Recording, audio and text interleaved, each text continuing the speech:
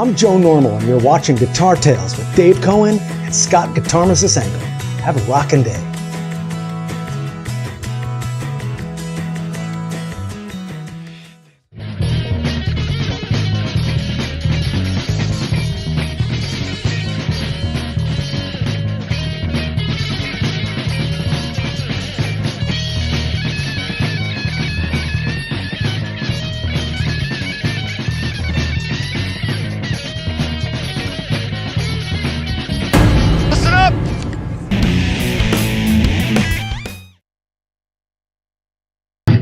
Here we come, walking down the street, get the funniest looks from everyone we meet. Hey, with the monkey, the beats a monkey around.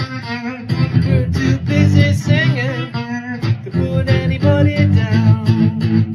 Just trying to be friendly, come and watch sing and play. We're the young generation, and we got something to say. Hey, with the monkey, you never know where we'll be found. So you better get ready, maybe come to your town.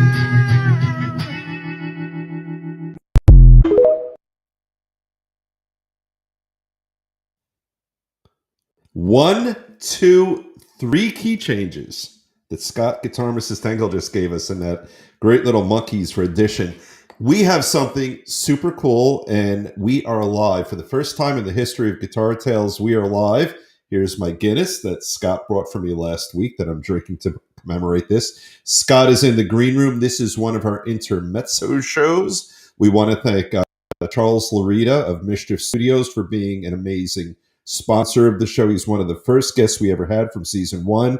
Go there for lessons, equipment, repairs, and friendship. Do all that at Mischief Studios. Tonight's show, I'm going to let Scott describe for us. It's a fun show. We've already had a little bit of social media response to it. Scott, scoot on into the studio right now, if you could. Hi, everybody. So this is your brainchild. I take no credit for it for tonight's show. My brainchild? It is. Well, I have a very small brain, so, whatever. Anyway.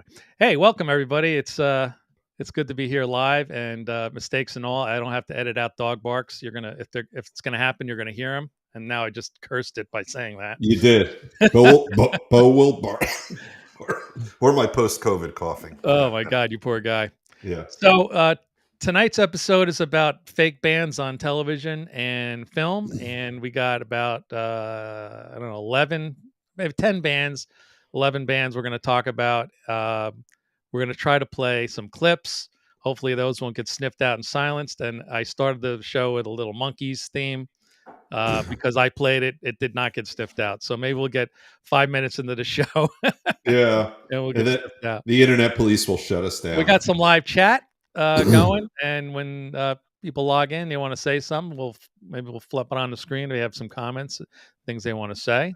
We also have our Guitar Tales merch QR code up there on the left. If you hit that with your phone, we will know that you scanned that and that you went to our website to maybe buy a cool hat or a shirt or buy a 99-cent song, either the Guitar Tales theme or my theme for Noise Network, which is called Man Overboard.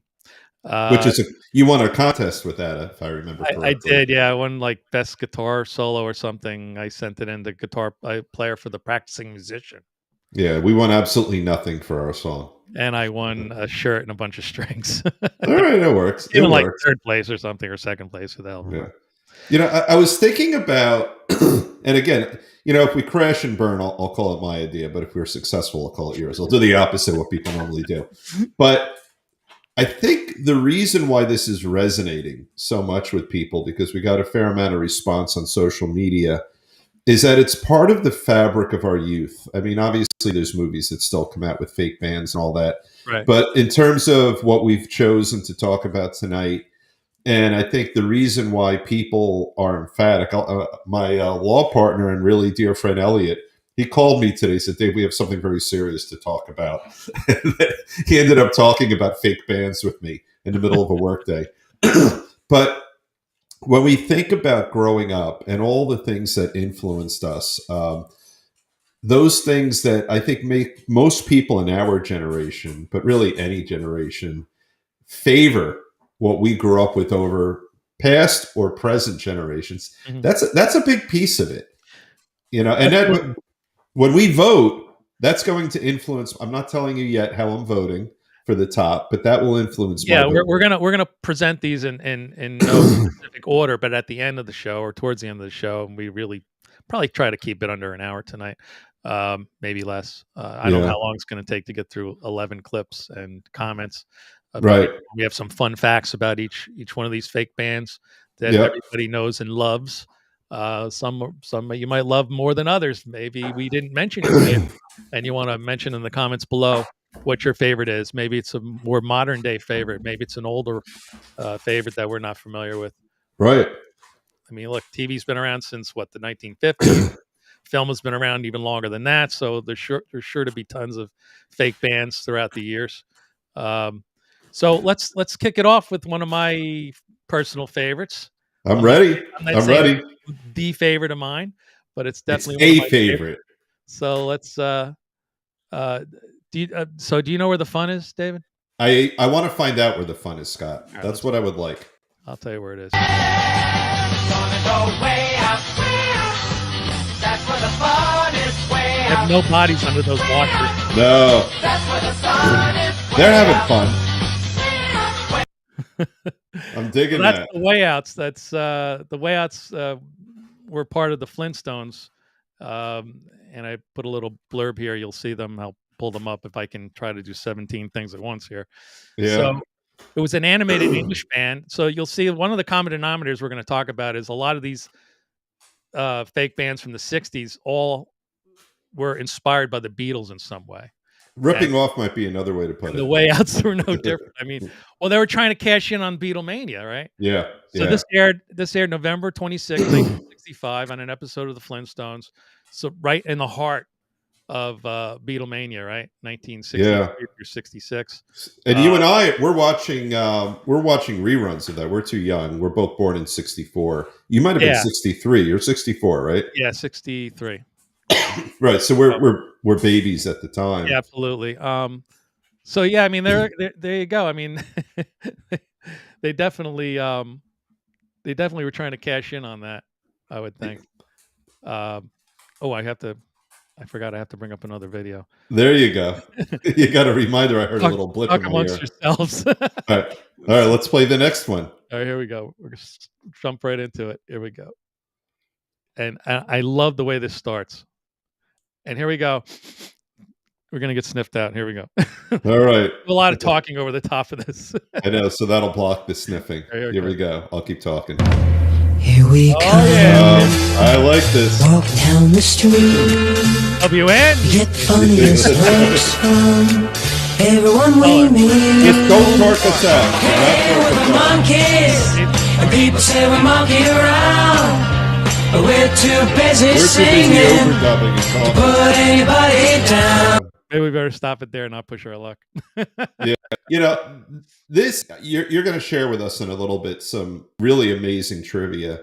But they were just such a phenom, the Monkees.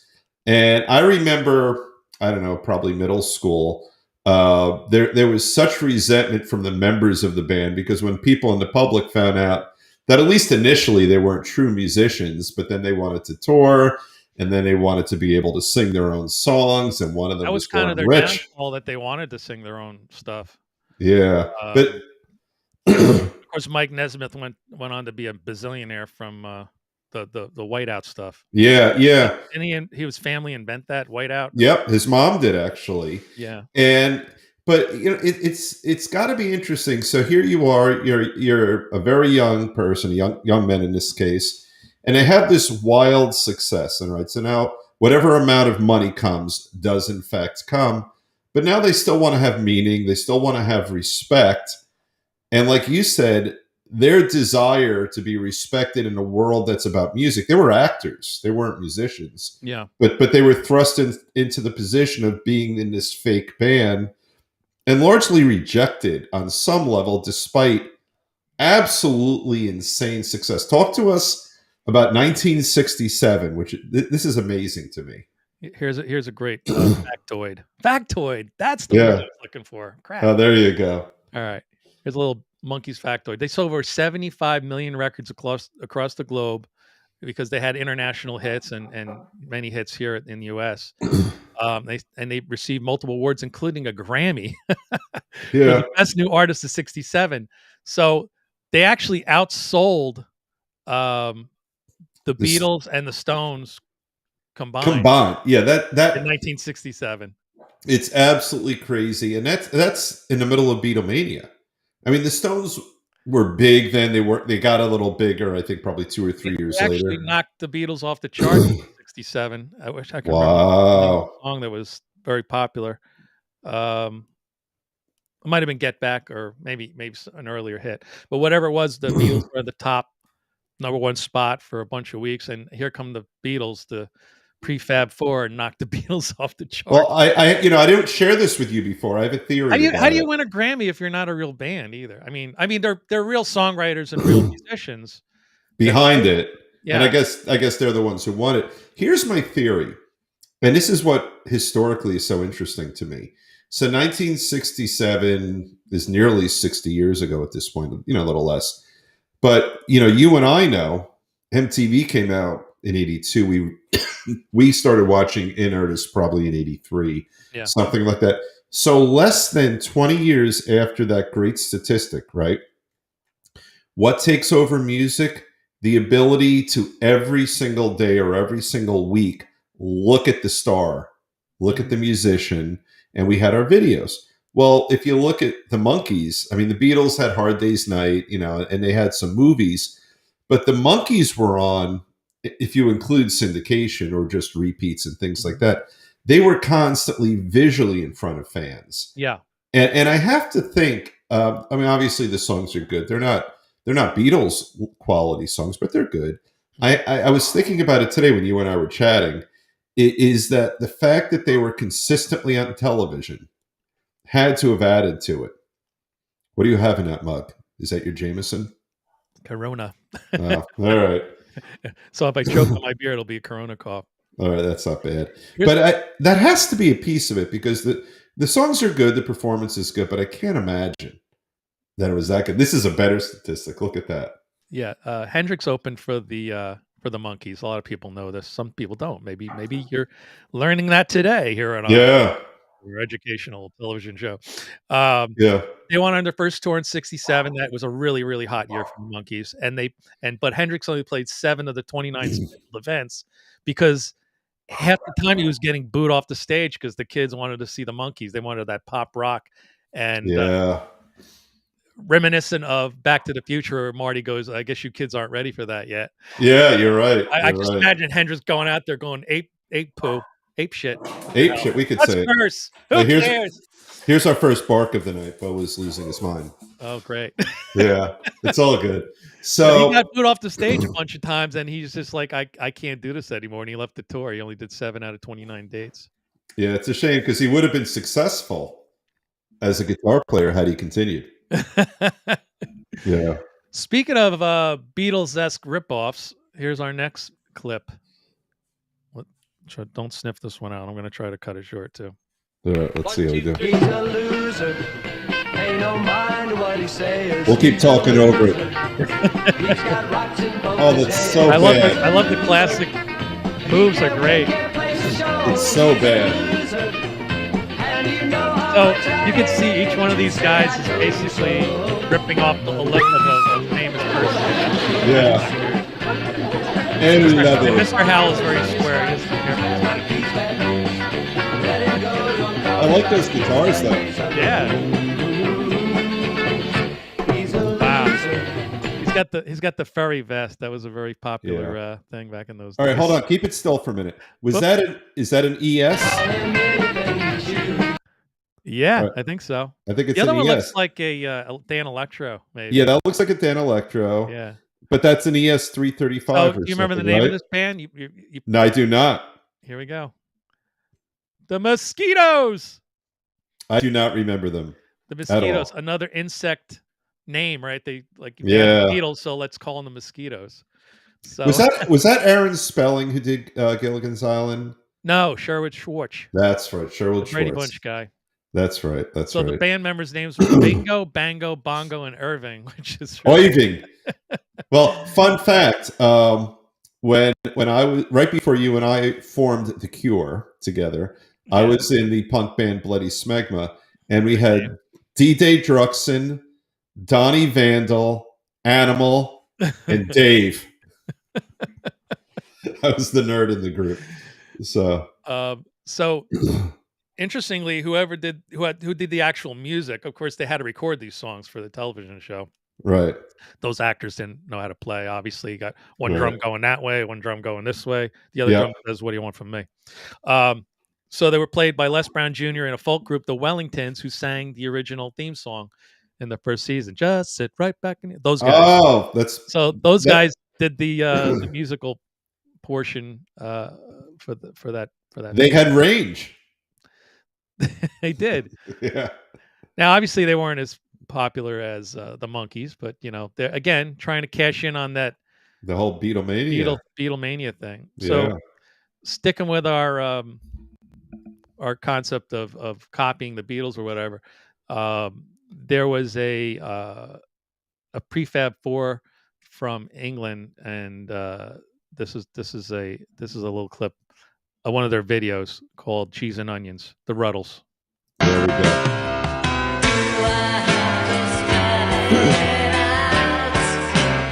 This isn't bad. No, it's not.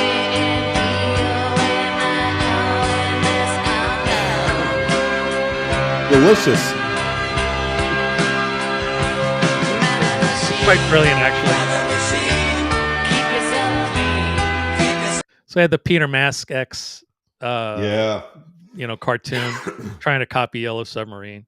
That's exactly it. So this actually was a special in BBC, and then the folks at SNL got a hold of it and put it on as like a little clip during SNL. That's a bit of trivia I was not aware of. Yeah, and so so if you see the Rutles movie, it's like a fake documentary. They got a bunch of guys from Monty Python in there and a bunch of people from SNL at that time. Belushi and Aykroyd. Right. Hilda Radner's in it, and then they actually got cameos from George Harrison, who really? absolutely loved the Rutles parody. John was more worried about they were going to get sued for copyright infringement. Right. Yeah. Although he did like it. And Paul was quoted as saying no comment like a bazillion times. And then finally he came around and said, okay, yeah, it's kind of funny. Right. Ringo liked it, except part of it was a little dark. It kind of reminded him of the dark times of the Beatles, like because it's a fake documentary. They talk about the Rutles breaking up and Apple Corps, their Apple my God. radio thing. That's funny. Their studio that went under. So Ringo liked it, except he thought some of the stuff at the end was kind of depressing because it mimicked a little too closely hit home. what actually happened to the Beatles. It cuts like a knife, as they say. Yeah. Let me get rid of that. So here's some more factoids. So they were actually sued by ATV Music. Right. So John's worry had come to fruition. Because they were actually sued. At that time, ATV Music owned the Beatles catalog of songs, not Michael Jackson. Right. Yeah. And they did go to court, and they I think they settled out of court for like 50% of the royalties for the songs that sounded too close, and the songs that the Beatles songs that they originally wrote that didn't sound like an actual Beatles song. They let them keep the royalties to that. That sounds pretty reasonable. Yeah. That's the lawyer in me talking too. It sounds like a decent settlement. The Beatles made a couple of bucks on it, so that's not so bad. Exactly. And they were hurting, so that's good. I feel better about the Beatles. Exactly. You know. All right. So here's our next clip. We're going through these much quicker than I thought.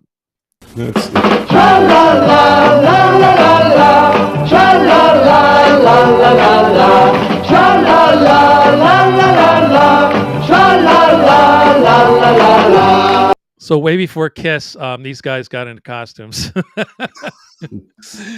And they are, of course, the Banana Splits.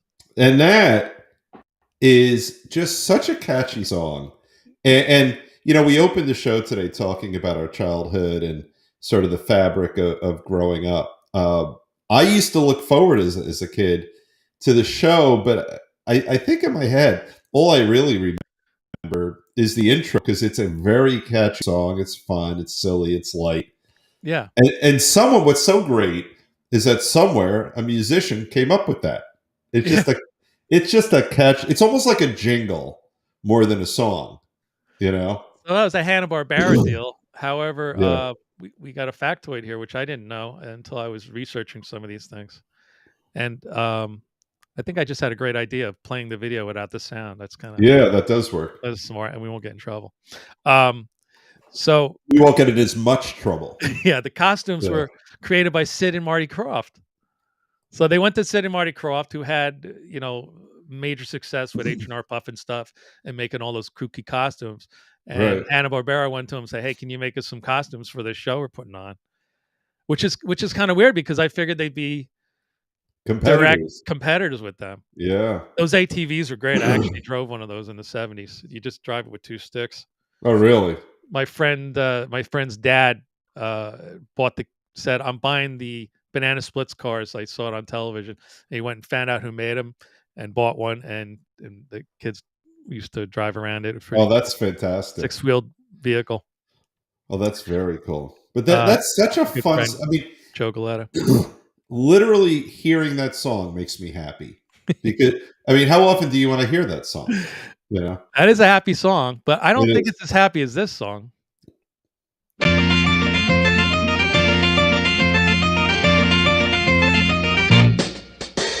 Hello world, hear the song that we're singing. Come on, get happy. That's just a great song. Wisely, you cut it off before we could get nailed. Yeah. But that's just a well-written song. It just is.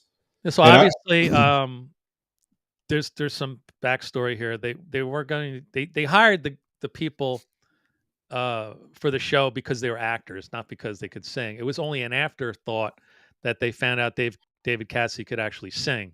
And Shirley Jones. Yeah. Yeah. Supposedly Shirley Jones might be in the recordings, but she's tucked away in the background. You can't even really hear her.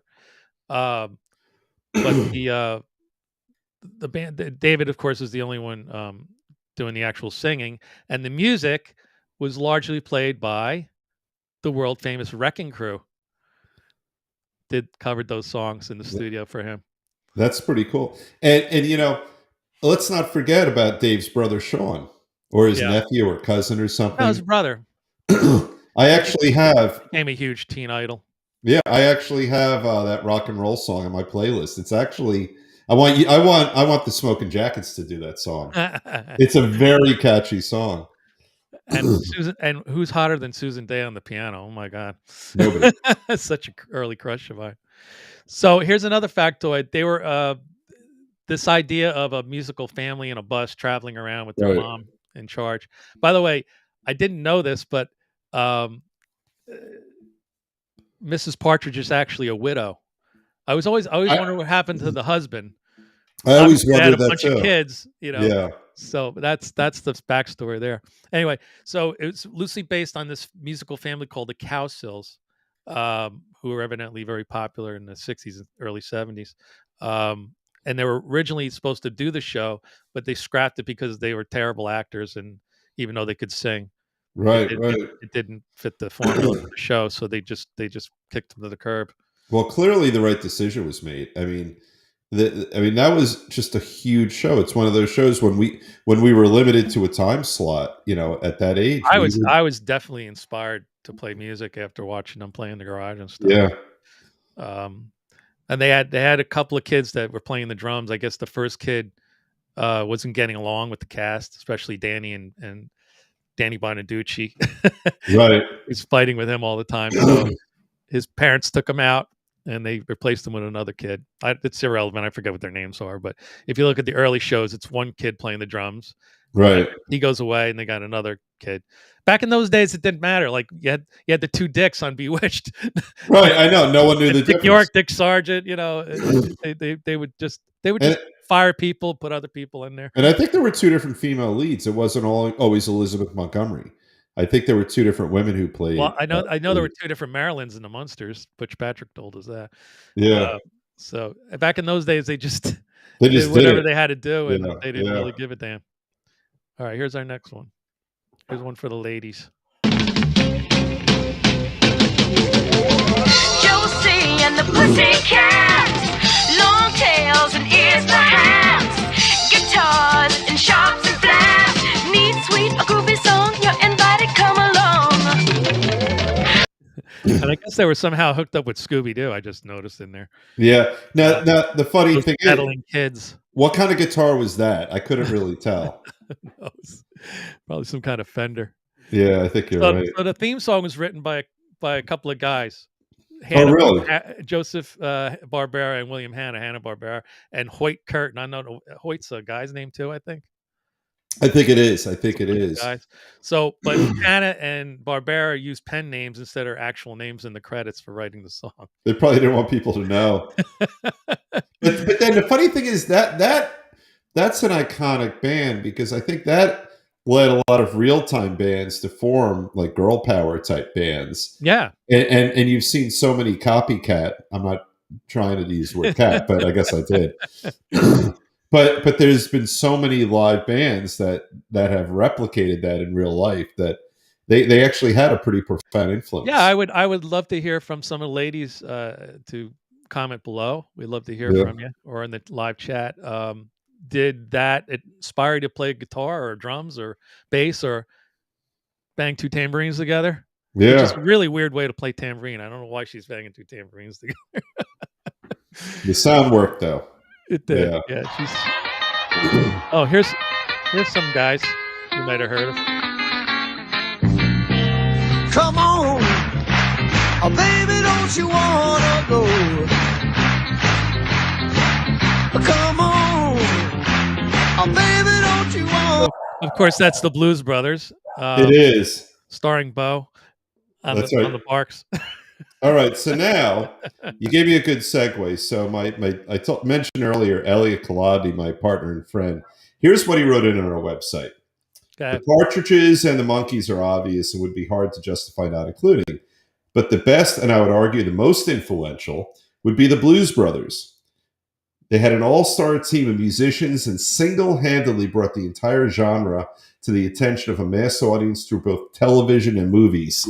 It's hard to argue against Elliot. He voted just the best. And Steve Cropper, I mean, we all know that name because of the Blues Brothers. They were semi-real, semi-fake. Yeah, I mean, but all those guys played in massive records and Motown records, and you know, I mean, and just the cameos in the movie alone was like incredible. Oh, it's crazy. And now it's like historically great that they're preserved. Their performances are preserved. I mean, they're pre-recorded, of course, but I mean, Aretha Franklin and Cab Calloway, of course. Yeah, it's amazing. And James Brown, right? And the funny thing is, you know, I remember when they were on Saturday Night Live, I had trouble accepting them because, you know, I guess I was a teenager when it came out. You know, I'm thinking, all right, Dan Aykroyd's a comedic actor. John Belushi's a comedic actor. Dan is, you know, fooling around on the harmonica. Yeah. And I'm thinking to myself, this is bullshit. They're not a real band. And I was I wasn't willing to accept them. And here we are 40 some odd years later. And I look back, my perception of them historically now, Monday Morning Quarterback, I guess, they're just a real band. Belushi's voice is fantastic. Yeah. Dan's is too. Dan plays a mean harmonica, and they were both students of the blues. As you and I were chatting earlier today, they were from Second City, which means they're from Chicago. Mm-hmm. You know, and they grew up, no doubt, listening to Chicago blues For real. Yeah. Like they were real fans of the blues. and there's a reverence kept in that that up. movie. Yeah, you know they and I think as we look back, supporting Elliot's position, there's an authenticity, Mhm. you know, to that band, and because of that reverence, I think. And those scenes with that scene with Ray Charles, it's just fantastic when he. Oh my It god! just it's Yeah. great. We're like, oh, you know, this keyboard's a piece of crap. It's got no action. You're like, how many music stores you've been in? Like, oh, this guitar. Oh yeah, let me give it to me, and I'll show you how to play that thing. Right. And you get two other fake bands for the price of one. You get Murph and the Magic Tones, and the Good Right. Old Boys, the country Right. band that they That's that they right. pretended to be to We play had, the bunker yeah, there. yeah, we Country had bunker. someone on our Facebook page. Someone made that comment. Yep. Yeah. Very Really cool. great. Definitely high on my list. Yeah. Here's a little scene for you. See if you know what this fake band is. This is a top to what we use on stage, but it's very, very special because if you can see, the numbers all go to 11. Look, right across the board.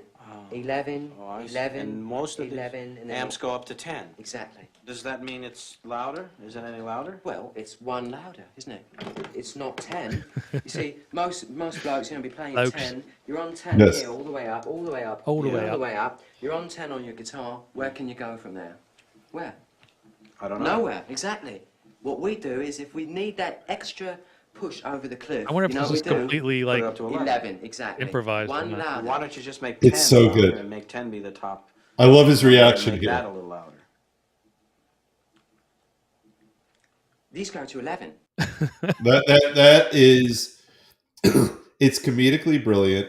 Every song sucked, but they were fun at the same time. Well, Yeah. I think if they're mimicking anybody at this point in time, they're mimicking the big shows, right? They're making fun of a parody of the big shows like Kiss with the fire and the Yep. the Yep. big monsters, and like you got Eddie from Iron Maiden coming out, you know. I know. So that was very clever. And our little factoid here: they're all American playing British rockers. Oh, that's right. That's right. I hope it didn't upset any British folks. No. Well, I think it's brilliant. It is. I actually, when I was in England last fall, I did a sort of a forced perspective picture to make Stonehenge, as they call it, not Stonehenge, but Stonehenge. Mhm. Remember that scene where all the pieces are really, really little, like they have this whole big thing. They bring them out on stage, Right. and then the pillars are like 18 inches tall. Yeah. I did a forced perspective picture to make them look that little.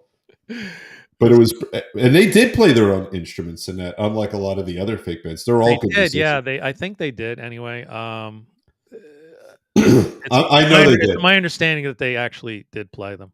And I'll say that with confidence, like I'm right. I just think I'm right. But yeah, I believe because they did another musical afterwards. I forgot what it was called. But yeah, I'm pretty confident they played all their own instruments on I that. think they did too. Yeah. Yeah, Chris Guest is like a real musician. I know that much. Yeah.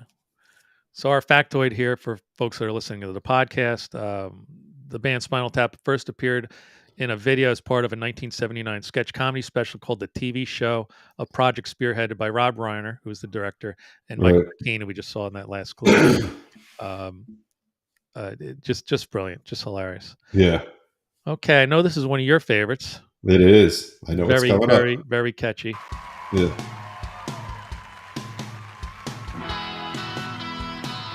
Ah, the old Fender.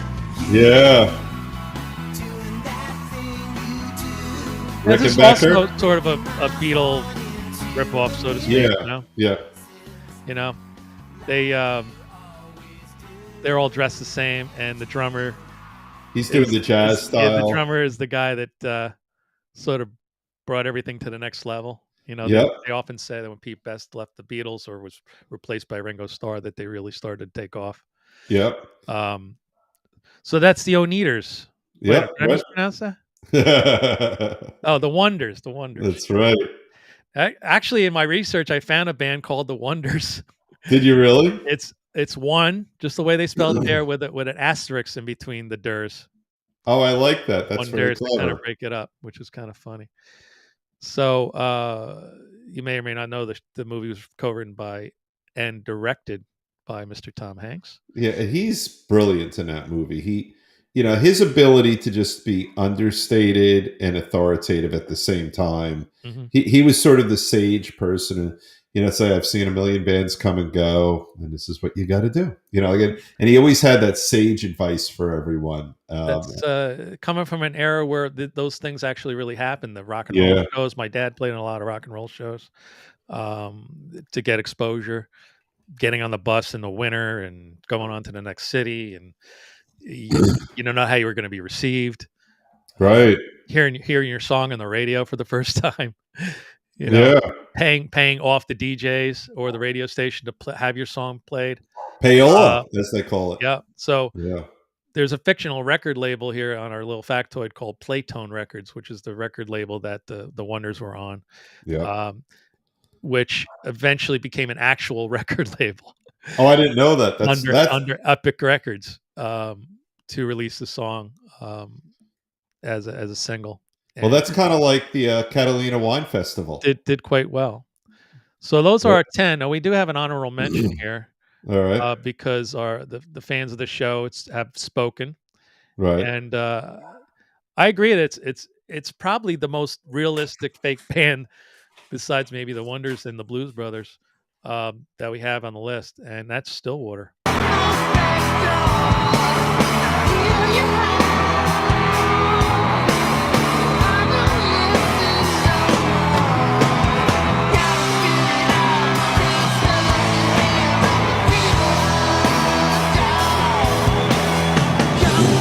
Well, they're reminiscent of like country rock bands. Yeah, it's exactly like that. In the mid to late 70s. No, that's filmed perfectly, and that just looks like concert footage. That's all. That's from the movie Almost Famous. If you haven't seen it, I highly recommend you see it, whether you're a musician or not. Yeah. Again, sort of a rags to riches, garage band to fame story. With lots of little moving stories and parts and stuff. And it's very, very good. Yeah. So again, for our podcast listeners, I'm going to read the factoid here on Stillwater. There was a real band named Stillwater that Cameron Crowe crossed paths with in the 1970s at the famed Capricorn Picnic. So the Capricorn Picnic was some kind of big, like a festival, celebrity-filled picnic that they had, and this band was playing there. And the name of the band was actual Stillwater, and I guess they came up with the concept from the movie from that actual Capricorn Picnic. If you guys know about the Capricorn Picnic, have more information, drop us a comment. We'd love to hear from you. Yeah, absolutely. So I think we're sort of at the time where you and I have to vote right now. Yes. So why don't you reveal your pick, your top pick? Yeah. So I feel strongly about this just for me, which is the Wonders, that thing you do. And here's why. I actually debated Elliot today. Because the movie, in my view, is so perfectly crafted, with great acting, a great story, a love interest. And that song had the strength to carry an entire movie. So every time we heard music, we would hear a piece of that thing you do. Yeah. And it, even as you were playing our, probably 21-second clip that we had to keep short, the guitar work was nice. The harmonies were nice. The melody was nice. So I'm not looking at the song or the band in isolation. I'm looking at a song that's connected to a fabulous movie. And that's a movie, every single time I see it on cable or TV, I will watch it because I think it's you can't turn it off. Yeah. No, it's just a well-crafted movie, and I'll appreciate all the little pieces of it. So I'm not looking at the band in isolation. I think objectively, there's other fake bands, which is funny, that are better than the Oneaters. Yeah. But in the realm of fake bands, they win it for me. Very cool. Now I have to give honorable mention for my choice. My honorable mention is the Monkees, because the Monkees were the very first record I ever had when I was a kid. I cut it off the back of a box of cereal, an Alphabets box, and it was a record that you can actually play. Oh, I remember those. Like Yep. actually on the cereal cardboard box. or whatever, you cut it Yeah. out, and I played that song to death, The Last Train to Clarksville. But having said that, that's not my number one pick. My number one pick is the Blues Brothers, because the whole movie in itself is just exactly like some bands, things the bands have to go through, right? With the Right. playing behind chicken wire. Again, my father said that happened to him. Playing in a lounge to make money when you can't make it with a band you really want to play with. Right. Working the Magic Tones, and their stage presence with their suits and their very instrument cabinets and so forth.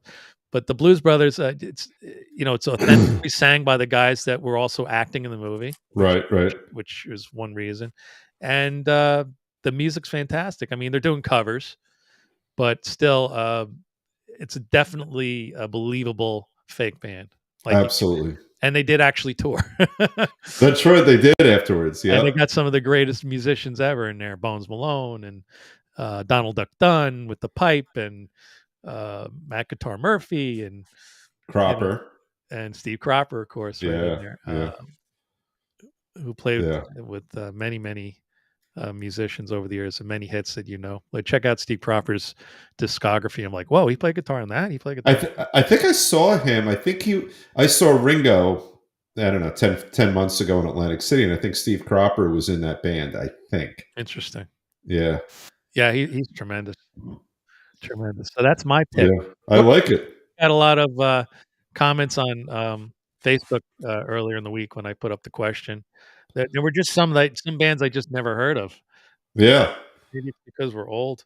And yeah, everything we did was geared toward our generation, but really Apologize, cool this is stuff. not the greatest thing here, because I should have looked this up earlier for everybody. I'm just gonna talk amongst yourselves. That's right. Somebody put Crucial Taunt. Dave Price said Crucial Taunt. Not familiar with that band. Somebody Night Drive. Maybe that's a band, possibly. Captain Geach and the Shrimp Shack Shooters. I like the name. I'll tell you. I love the name. I don't know where it's from, honestly. Jet Screamer, Steel Dragon, Dewey Cox. That's one I'm familiar with. Eddie and the Cruisers. Yeah, the Beaver Brown Band. Yeah, right? They covered that. A band called Disaster Area. I'm not sure where that comes from either. See, Danger Kitty, the Queen Haters. These are all the ones I don't know. And then many of the selections were the ones we had tonight. And here, Elliot did comment on the feed here. Yeah, and he basically said what you had mentioned. So with that, we're at 42 minutes live. I hope you guys enjoyed it. I did. That's all that matters. Yeah. This will be available as a podcast audio, of course. Hopefully we won't get sniffed out and shut down. No. But if we did, you saw it live here. You did. And it may not be able to be played anywhere else. No, and if you could do us a favor too, if you like our show, even if you hate our show, like us on Facebook. If you find this on YouTube, if you could subscribe, costs you nothing, but it'll allow us to keep bringing the show to you over and over and over again. We're having a lot of fun with it, and we're trying to really give you as much enjoyable content. Yeah, again, we get thousands of views and thousands of listens on the podcast. We're on Amazon Music, Audible, Audacity, iTunes, just about anywhere you listen to podcasts. We are there. The numbers are great, but we need you to subscribe. Yeah, it'll help. Yeah, we'll get analytics that put us 60, 70,000 a month, which is really nice compared. Yeah, we appreciate that. Yeah, compared to the 2 or 3 people, we'd get some crickets and people. So we do appreciate it, but if you could do that, that would be great. And we have more great shows that we're in the process of lining up. We're probably about 8 or 9 guests deep in terms of Scott manipulating the schedule that got screwed up because of my COVID. We got we're going to really stuff September full of shows. We will probably release them about every other week. Yeah. For you guys. but we have over, I don't know, 40, 50 shows. Goes way back, and we're still live streaming our past shows every Thursday night at 7:00 Eastern. You could check that out, and we really appreciate it. Get yourself a Guitar Tales hat or a shirt by clicking on the merch button there, and all these links are on Facebook and Instagram and all that stuff. So with that, who do you want to take us out tonight? Do you want to do Big Daddy, or you want to do a little Phil X? I'm in the mood for Big Daddy tonight. All right, let's hit it. Big Daddy, take us out, brother. I'm number 2. I'm number 2. No, I was the second. That's right. I was the second one. The second on Guitar Tales, ladies and gentlemen. You're watching it right now. I'm Big Daddy Ed with the Amish Outlaws. I gotta go back to work. Here we go.